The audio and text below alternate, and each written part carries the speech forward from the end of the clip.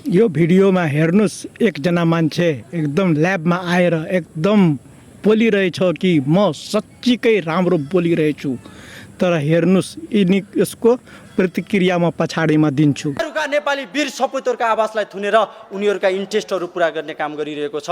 अब यिनीहरूको नालायकीका विरुद्ध, यिनीहरूको राष्ट्रघातका विरुद्ध अब तपाईँ हामी नजाग्ने हो भनेपछिमा तपाईँ हाम्रो यो सरकार अमेरिकाबाट चलिरहेको छ, यो सरकार भारतबाट चलिरहेको छ, यो सरकार तिब्बतबाट चलिरहेको छ र तिनीहरूका अभिष्टहरू पूरा गर्नका लागि आज यिनीहरू नेपाली योद्धाहरूका, नेपाली वीर सपुतहरूका आवाजलाई थुनेर उनीहरूका इन्ट्रेस्टहरू पूरा गर्ने काम गरिरहेको छ।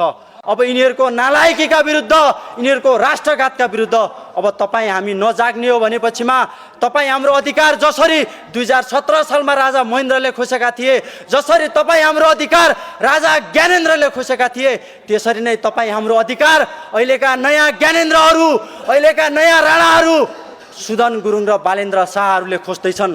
त्यसका लागि हामी बोल्नुपर्छ। बालेन्द्र शाह हाम्रो आवाजलाई जति सक्दो थुन्न चाहन्छन्।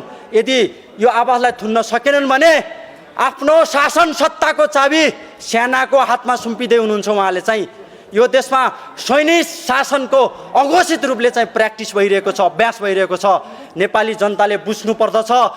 बाटो बोलिरहेको एउटा युवाले म भनिरहेछु कि तपाईँ चाहिँ अहिले आवाज उठाउनुहुन्छ बालेन्द्र शाहको लागि। तपाईँको बाउहरूले एमसीसी पास गरेको अमेरिकाबाट, तपाईँको तिम्रो बाउले सबै नदी नाला खोला भ्रष्टाचार गरेको तिम्रो बाउहरूले तिमीले यहाँ बोल्न आएको लाज लाग्दैन? तिमी चाहिँ एकदम भडुवा हो, भडुवा।